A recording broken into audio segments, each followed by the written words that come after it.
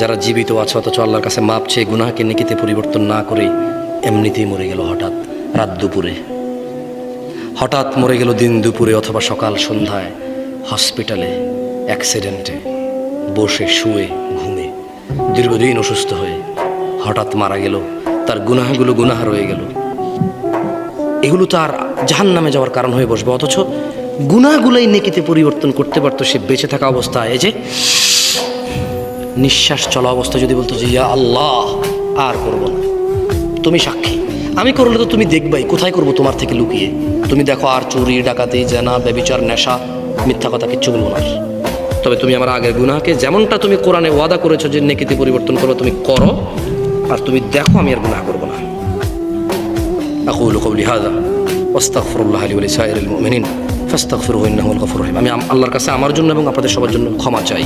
আল্লাহ আমাদের সবার সমস্ত গুনাহকে নেকিতে পরিবর্তন করে ক্ষমা করবেন, আমিন।